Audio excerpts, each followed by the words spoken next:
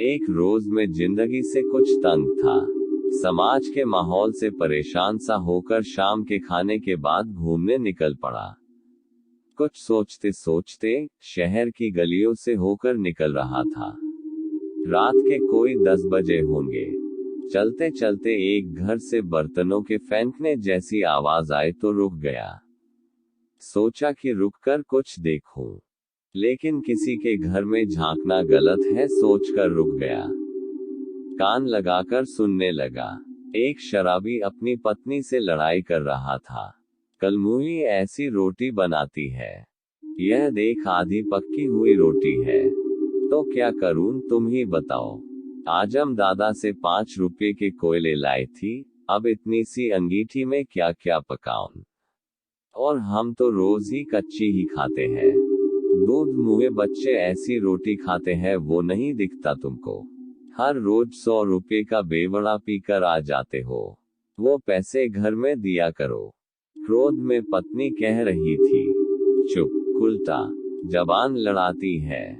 मैं कम कमाता हूं तो तू जबान लड़ाएगी क्या मुझसे। इसके बाद एक और जोर से बर्तन फेंकने की आवाज आई और साथ ही औरत के रोने की भी।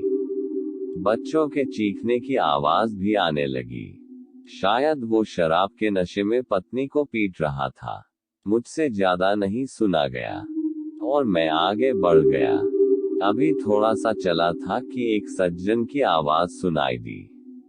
शायद फोन पर बात कर रहा था। देखिए, मैं कुछ नहीं सुनना चाहता। आपको चुनाव के समय बैग भरकर नोट दिए थे, अब आपको जितनी जरूरत है और ले लीजिए। लेकिन मेरे बेटे का नाम अखबार में आया ना तो सोच लेना मैं आपकी पार्टी के सभी कच्चे चिट्ठे खोल दूंगा। तो क्या हो गया, जवान खून था गरमा गया। दे दो 2-4 लाख और करो मुंह बंद। हाँ तो जांच अधिकारी के घर भी मिठाई भेज दो। क्या है उसमें, अब तो मस्तिष्क घूम गया। यह तो सारे सिस्टम में ही भ्रष्टाचार भरा हुआ है। सोचते सोचते आगे चलने लगा। थोड़ा सा आगे बढ़ा था कि एक नौजवान अपने घर के आगे खड़ा था। अंदर से एक औरत उसे बार बार बुला रही थी, समझा रही थी और वो अभद्र भाषा में बके जा रहा था। वो औरत शायद उसकी माँ थी और वो युवक नशे में धुत था। इस वय में इस तरह नशे का आदी होना और ऐसी अभद्र भाषा का इस्तेमाल देखकर वो बात याद आई जो अक्सर हम कहते हैं कि यह युवा देश का भविष्य है, जबकि हकीकत तो यह है कि भविष्य तो शराब की बोतल में डूबा हुआ है। मन में बहुत ग्लानि हुई। मेरे स्वयं के विचार अब शून्य हो गए और जो आंखों से देख रहा था, सुन रहा था, उसके बारे में सोचने लगा। अगले ही पल में मैं एक समाज सेवक की तरह सोचने लगा। यह वाक्य जो अक्सर हम समाज में देखते हैं, सुनते हैं, वास्तव में असली जहर यह है, लेकिन इनकी भी जड़ें कहीं ना कहीं सिस्टम तक जाती है। चाहे शराब हो, रिश्वत हो या फिर बेरोजगारी, सब इसी सिस्टम की शाखा है। चलते चलते और सोचते सोचते मुझे पता नहीं चला कि कब मैं शहर के बाहर कब्रिस्तान तक पहुंच गया। बाहर कुत्ते भौंकने लगे, जैसे कि कह रहे हो कि तुम यहाँ क्या करने आए हो। यहाँ तो सिर्फ संसार से विमुख इंसान किसी झूठी हमदर्दी के कंधे पर आता है। तुम अपने पैरों पर चलकर किस लिए आए हो? कहीं जायदाद के लिए अपने पिताजी की कब्र पर पत्थर लगाने तो नहीं आए हो ना। मैं सलीके से पास पहुंचा तो उन्होंने भौंकना बंद कर दिया। मैंने जैसे ही कब्रिस्तान में कदम रखा, एक भूचाल सा आ गया। अचानक हलचल सी मच गई। एक तेज हवा का झोंका आया और अपने साथ धूल उड़ाकर चला गया। फिर एक मंद भरी हंसी सुनाई दी। एक बारगी मैं डर गया। कब्रिस्तान के बारे में बहुत सी बातें सुन रखी थी, लेकिन आज अनजाने में ही अंदर आ गया था। मैं बहुत डर गया। वापस भाग कर आया तो देखा कि गेट पर 3/4 कुत्ते विकराल रूप में भौंक रहे थे। मुझे बाहर निकलने का रास्ता नहीं दिया उन्होंने, जैसे कि कह रहे हो कि यहाँ तक आए हो तो अंदर सब कुछ देखो, महसूस करो, वरना बाहर नहीं जाने देंगे। मैंने कोशिश की बाहर निकलने की, लेकिन एक कुत्ते ने मेरी तरफ गुर्राकर झपटा मारा। मारे भय के मैं कब्रिस्तान के अंदर भागा और एकदम बीच में आ गया। अंदर का दृश्य तो और भी विकराल था। चारों तरफ बस कब्र ही कब्र थी। कुछ टूटी फूटी तो कुछ एकदम चकाचक, कुछ पर नाम अंकित थे तो कुछ बिना ढकी हुई थी। मैं डरने की बजाय उत्सुक हो गया। आगे देखने लगा। जैसे सोचा और सुना था वैसा तो नहीं होता कब्रिस्तान।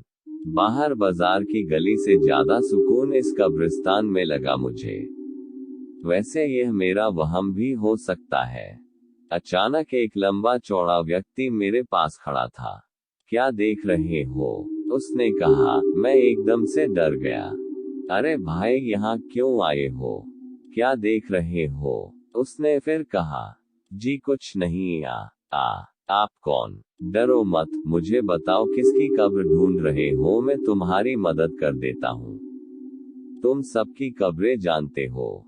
हाँ, पिछले 30 साल से हूँ इस कब्रिस्तान में। सब जानता हूँ। ठीक है, चलो फिर देखते हैं कि तुम कितना जानते हो। सबसे पहले मैंने एक चकाचक नई बनी कब्र के बारे में पूछा। यह किसकी है? यह एक नेता की है। सुना है इसके ऊपर छप्पर भी लगेगा ताकि नेताजी का धूप बरसात से बचाव हो। हम आगे बढ़े तो एक बिल्कुल जर्जर कब्र दिखी। मैंने पूछा, भाई यह किसकी है? लगता है दफनाने के बाद किसी ने इसको संभाला भी नहीं। हाँ, यह एक समाज सेवक की है। बाजार में सांप्रदायिक दंगे में मारा गया बेचारा और चंदे के पैसे से दफनाया गया। अब संभालने वाला कौन है? आगे एक कब्र पर फूल रखा था। मैंने कहा, लगता है यह किसी आशिक की कब्र है। नहीं, यह एक शहीद की कब्र है। अभी 2 दिन पहले ही शहीद हुआ था। इसका मतलब शहीदों का तो सम्मान होता है। नहीं, बस 2/4 दिन कुछ नेता आते हैं, फूल चढ़ाते हैं, फिर कोई सुध नहीं लेता। हम सही है, शहीदों के परिवार की ही सुध नहीं लेता कोई, तो कब्र की भला कौन लेगा? मैंने कहा। आगे बढ़ते गए ऐसे ही एक एक कब्र के बारे में वो मुझे बताता गया। मेरी उत्सुकता बढ़ती गई और मुझे जवाब भी मिलता गया। मन के एक एक प्रश्न हर एक कब्र पर हल हो रहे थे। आगे चला तो एक अनोखी कब्र देखी जो 4 भाग में बंटी हुई थी। चारों भागों में अलग अलग तरह के पत्थर लगे थे। वाह, इसका भाग्य कितना अच्छा है, कितनी अच्छी सजाई गई है। मैंने कहा। नहीं, इसकी कहानी भी अलग है। यह एक अमीर वृद्ध की कब्र है जिसके 4 बेटे हैं। अंतिम सांस तो बेचारे ने वृद्धाश्रम में ली, लेकिन मौत के दूसरे दिन ही चारों बेटे धमके और हर चीज का बंटवारा भी कर लिया। लोगों को दिखाने के लिए मुर्दे की कब्र को भी 4 भागों में बांट दिया। मैंने एक ठंडी सांस ली। सच है, यह तो ऐसा ही होता है आजकल। अब मैं आगे बढ़ा तो एक छोटी कब्र दिखी जिस पर बहुत से पुष्प थे और कैंडल भी। मुझे अजीब सा लगा। मैंने पूछा, यार इस कब्र की क्या कहानी है? वो भावुक होकर बोला, बाबूजी, इस दुनिया से यकीन ही उठ गया है। इस कब्रिस्तान में आकर सुकून मिला है मुझे तो, वरना दुनिया में जब तक था तब तक आंसू ही बहते थे। मैंने पूछा, भाई ऐसी क्या बात है? बताओ इस छोटी कब्र का राज। बाबूजी, कुछ दिन पहले एक 8 साल की बच्ची का कुछ दरिंदों ने मिलकर बलात्कार किया और उसे मार डाला। समाज के सभ्य इंसानों ने जुलूस निकाला। रोज कोई ना कोई यहाँ आता, कैंडल जलाता और पुष्प अर्पित करता। बड़े बड़े अखबारों में मुख्य पृष्ठ पर भी खूब छपा। बड़ी हस्तियां कुछ दिन ब्लॉग, ट्विटर और फेसबुक पर हमदर्दी से लिखने लगे। बाजारों में कैंडल मार्च भी हुए। नई कमेटी बनाने की भी बातें चली। बस 10 दिन यह झमेला चला, उसके बाद कोई इधर नहीं दिखा। सच में मैं भी भावुक हो गया।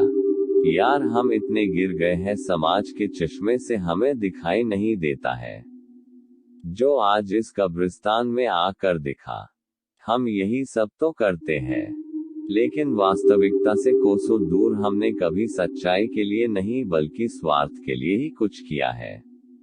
आज जाना कि असली मंदिर तो यह कब्रिस्तान है, जहां इंसान कुछ मांगता नहीं है, बस यहां आकर पश्चाताप जरूर करता है। भले ही चंद पलों के लिए ही सही, लेकिन सोचता तो है। बाहर की चकाचौंध दुनिया में तो बस अपने दिखावे के लिए, अपनी साख के लिए कुछ भी करने को तैयार रहते हैं। कहीं रिश्तों का खून होता है तो कहीं लाशों की सीढ़ियां बनाते हैं। कहीं इंसानियत को शर्मसार करते हैं तो कहीं किसी की लाचारी का फायदा उठाते हैं। यही एक जगह ऐसी है जहां अपने किए कर्म की असलियत नजर आने लगती है। सच में घर से निकलकर आज जो कुछ देखा सुना वो अद्भुत था, अकल्पनीय था। समाज के अंदर से तो वो आईना साफ नहीं दिखाता है, लेकिन यह आईना सब कुछ स्पष्ट दिखा गया। बाहर का हिंदुस्तान तो कब्रिस्तान बन चुका है और आज कब्रिस्तान में असली हिंदुस्तान के दर्शन कर लिए। चलते चलते वापस गेट पर पहुंच गए। मैं उस भले आदमी का शुक्रिया करने लगा और पूछा कि आप यहाँ कैसे रहते हो? क्या आपको डर नहीं लगता? नहीं बाबूजी, पहले लगता था जब जिंदा था। अब तो रात भर इस कब्रिस्तान की सैर करता हूँ और खुश रहता हूँ। मेरी आंखें फटी की फटी रह गई। मुझे चक्कर आ गया। इतनी देर मैं एक भूत के साथ था। उसने संभालते हुए कहा, बाबूजी, आजकल इंसानों के जितने डरावने भूत नहीं है। मैं वहीं गिर गया। अचानक बीवी की तेज आवाज से आंख खुली तो पता चला कि घर पर सो रहा हूँ। बाहर तेज धूप निकली हुई है और पक्षियों के चहकने की आवाज आ रही है। ओह, मैं तो सपना देख रहा था, लेकिन इस भयानक सपने ने मुझे बहुत ही अच्छे दर्शन कराए। समाज का वो रूप दिखाया जो शायद हम देखकर भी अनदेखा कर देते हैं। एक रोज में